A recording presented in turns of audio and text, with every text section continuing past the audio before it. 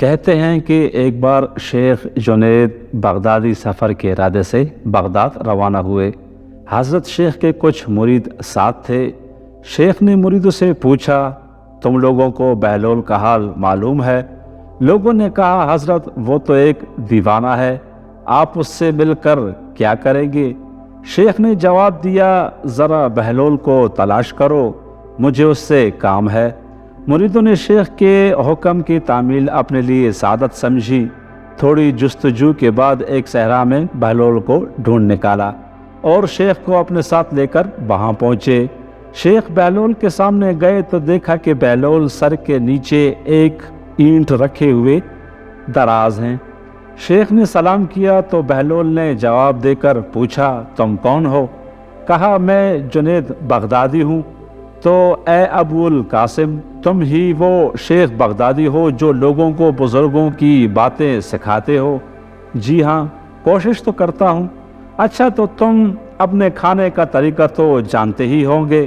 کیوں نہیں، بسم اللہ پڑھتا ہوں اور اپنے سامنے کی چیز کھاتا ہوں، چھوٹا نوالا بناتا ہوں، آہستہ چباتا ہوں، دوسروں کے نوالوں پر نظر نہیں ڈالتا اور کھانا کھاتے وقت اللہ کی یاد سے غافل نہیں ہوتا۔ پھر دوبارہ کہا، جو لقمہ بھی کھاتا ہوں الحمدللہ کہتا ہوں، کھانا شروع کرنے سے پہلے ہاتھ دھوتا ہوں اور فارغ ہونے کے بعد بھی ہاتھ دھوتا ہوں۔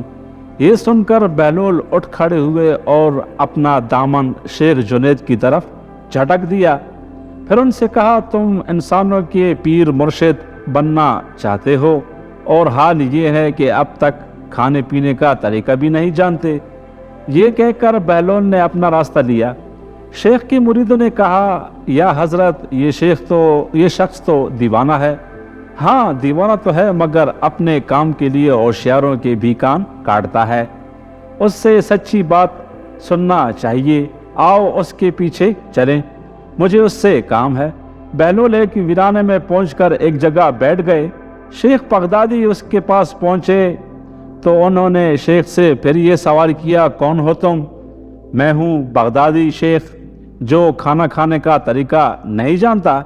بہلول نے کہا، خیر تم کھانا کھانے کے آداب سے ناواقف ہو تو گفتگو کا طریقہ جانتے ہی ہوگے۔ شیخ نے جواب دیا، جی ہاں جانتا تو ہوں، تو بتاؤ کس طرح بات کرتے ہو؟ میں ہر بات ایک اندازے کے مطابق کرتا ہوں، بے موقع اور بے حساب نہیں بولا جاتا۔ سننے والوں کی سمجھ کا اندازہ کر کے خلق خدا کو اللہ اور رسول کے احکام کی طرف توجہ دلاتا ہوں۔ یہ خیال رکھتا ہوں کہ ایسی باتیں نہ کہوں کہ لوگ مجھ سے بیزار ہو جائیں۔ باطنی اور ظاہری علوم کے نقطہ نظر میں رکھتا ہوں۔ اس کے ساتھ گفتگو کے آداب سے متعلق کچھ اور باتیں بھی بیان کی۔ بہلول نے کہا، کھانا کھانے کے آداب تو ایک طرف رہے، تمہیں تو بات کرنے کا ڈھنگ بھی نہیں آتا۔ پھر شیخ سے منہ پھیرا اور ایک طرف چل دیے۔ مریدوں سے خاموش نہ رہا گیا۔ انہوں نے کہا، یا حضرت، یہ شخص تو دیوانہ ہے، آپ دیوانے سے بھلا کیا توقع رکھتے ہیں؟ مجھے تو اس سے کام ہے، یہ تم لوگ نہیں سمجھ سکتے۔ اس کے بعد شیخ نے پھر بہلول کا پیچھا کیا۔ بہلول نے مڑ کر دیکھا اور کہا، تم ہی کھانا کھانے اور بات کرنے کے آداب معلوم نہیں ہیں، سونے کا طریقہ تو تمہیں معلوم ہی ہوگا۔ شیخ نے کہا، جی ہاں معلوم ہے۔ اچھا بتاؤ تم کس طرح سوتے ہو؟ میں عشاء کی نماز اور درود و وظائف سے فارغ ہوتا ہوں تو سونے کے کمرے میں چلا جاتا ہوں۔ یہ کہہ کر شیخ نے وہ آداب بیان کیے جو انہیں بزرگان دین کی تعلیم سے حاصل ہوئے تھے۔ بہلول نے کہا، معلوم ہوا کہ تم سونے کے آداب بھی نہیں جانتے۔ یہ کہہ کر بہلول نے جانا چاہا تو حضرت جنید بغدادی نے ان کا دامن پکڑ لیا اور کہا، اے حضرت، میں نہیں جانتا، اللہ کے واسطے تم مجھے سکھا دو۔ کچھ دیر بعد بہلول نے کہا، میاں، یہ جتنی باتیں تم نے کہی سب بات کی چیزیں ہیں، اصل بات مجھ سے سنو۔ کھانے کا اصل طریقہ یہ ہے کہ سب سے پہلے حلال کی روزی ہونی چاہیے۔ اگر غذا میں حرام کی آمیزش ہو جائے تو جو آداب تم نے بیان کیے ان کے برتنے سے کوئی فائدہ نہ ہوگا اور دل روشن ہونے کے بجائے اور تاریک ہو جائے گا۔ شیخ جنید نے بے ساختہ کہا جزاک اللہ خیرن، اللہ تمہارا بھلا کرے۔ پھر بہلول نے بتایا گفتگو کرتے وقت سب سے پہلے دل کا پاک اور نیت کا صاف ہونا ضروری ہے، اور اس کا بھی خیال رہے کہ جو بات کہی جائے اللہ کی رضامندی کے لیے ہو۔ اگر کوئی غرض یا دنیاوی مطلب کا لگاؤ یا بات فضول قسم کی ہوگی تو خواہ کتنے ہی اچھے الفاظ میں کی جائے گی، تمہارے لیے وبال جان بن جائے گی۔ اس لیے ایسے کلام سے خاموشی بہتر ہے۔ پھر سونے کے متعلق بتایا، اسی طرح سونے سے متعلق جو کچھ تم نے کہا وہ بھی اصل مقصود نہیں۔